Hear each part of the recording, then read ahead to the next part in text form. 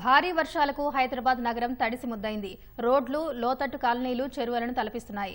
బాగ్ లింగంపల్లి నుంచి మరిన్ని వివరాలు మా ప్రతినిధి రమేష్ ప్రత్యక్ష ప్రసారం ద్వారా అందిస్తారు.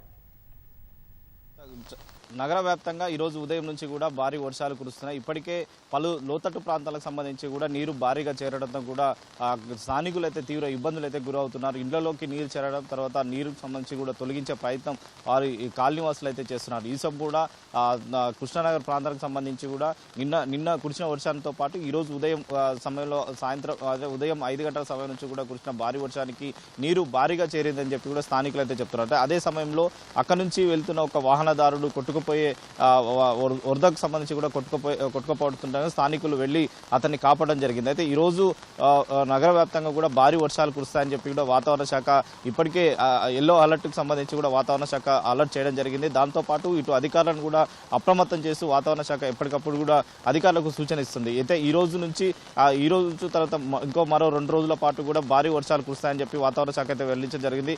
ఈ రోజు కురిసిన వర్షానికి సంబంధించి కూడా లోతట్టు ప్రాంతాల్లో కూడా భారీగా నీరు చేరడంతో కూడా ఇటు ముషిరాబాద్, రామ్నగర్, పార్షిగుట్ట ప్రాంతానికి సంబంధించి కూడా ఈ వరదకు సంబంధించి కార్లు కొట్టుకుపోయిన పరిస్థితి అయితే కనపడిందని చెప్పవచ్చు. దాంట్లో ఒక వ్యక్తి విజయ్ అనే ఒక వ్యక్తికి సంబంధించి కూడా నీళ్ళలో కొట్టుకుపోయి తర్వాత మృతివాద పడినట్టు కూడా ఆ స్థానికులు అయితే చెప్తున్నారు. అక్కడికి సమాచారం అందుకున్న పోలీసులు ఘటన స్థలానికి చేరుకొని తర్వాత అతడు ఎవరు ఏంటిదని కూడా పోలీసులు అయితే ప్రస్తుతం అయితే ఆరాధిస్తున్న పరిస్థితి అయితే ఉంది. ప్రస్తుతం మనం బాగ్లింగంపల్లి సంబంధించి కూడా ఇక్కడ ఉన్నాము. ఇక్కడ వరద నీరుకు సంబంధించి కూడా భారీగా ప్రవహించిన పరిస్థితి అయితే కనపడుతుంది. ఇప్పటికే నీరు రోడ్లపై ప్రధాన రహదారులకు సంబంధించి కూడా రోడ్లపై రావడంతో కూడా కొంతవరకు కొన్ని ప్రాంతాల్లో మలక్పేట తర్వాత నుంచి చాదరగట్టు వెళ్లే రహదారి ఏదైతే ఉందో అక్కడ భారీగా ట్రాఫిక్ జామ్ అయితే ఏర్పడిన పరిస్థితి అయితే ఏర్పడిందని కూడా తెలుస్తుంది. అక్కడికి ట్రాఫిక్ పోలీసులు తర్వాత డిజాస్టర్ టీమ్ సంబంధించి కానీ జిహెచ్ఎంసీ అధికారులు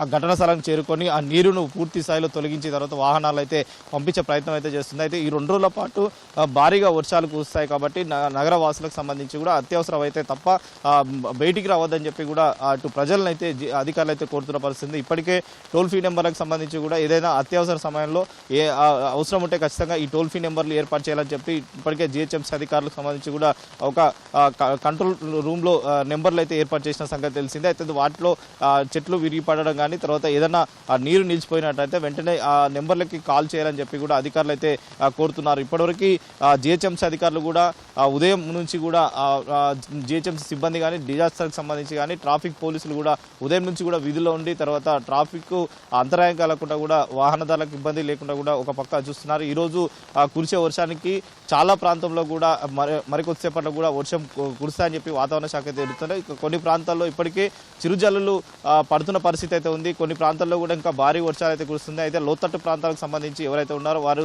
అప్రమత్తంగా ఉండాలి. నీరు సంబంధించి కూడా ఎక్కువ ఉన్నట్లయితే అటు అధికారులకు సమాచారం అని చెప్పి కూడా అధికారులు అయితే కోరుతున్నారు. ఇప్పటికే ఆ యూసఫ్ కూడా పరిసర ప్రాంతాల నీరు అంటే పూర్తి స్థాయి పోయినప్పటికీ తర్వాత మరికొద్దిసేపట్లో భారీ వర్షాలు కూడా నగర వ్యాప్తంగా కూడా నమోదు అయ్యే అవకాశం ఉంది కాబట్టి అందరూ కూడా అలర్ట్గా ఉండాలి. మరొక పక్క నిన్న కురిసిన వర్షానికి ఇటు షేక్పేట్ సంబంధించి నాలా ఎక్కడైతే ఉందో ఆ నాలా అక్కడ మరొకసారి నీరు నిలిచిపోయినట్టు కూడా ఒక సమాచారం అందుతుంది. అయితే దాని ప్రకారం అక్కడ వాహనదారులు సంబంధించి కూడా సూచనల మేరకు అంటే అటు పోలీసుల సూచనల మేరకు మాత్రమే వెళ్ళాలని చెప్పి కూడా అధికారులు అయితే కోరుతున్నారు. ఇప్పటికే లోతట్టు ప్రాంతాల్లో ఉన్న కొన్ని ప్రాంతాల్లో ఎక్కడైతే నీరు జలమయం కావడం జరిగిందో ఆ ప్రాంతాలకు సంబంధించిన ప్రజలు అప్రమత్తంగా ఉంటూ తర్వాత అధికారులకు ఏదైనా అత్యవసరం ఉన్నట్టయితే ఖచ్చితంగా అధికారులకు సమాచారం అని చెప్పి కూడా అధికారులు అయితే కోరుతున్న పరిస్థితి అయితే కనపడుతుంది.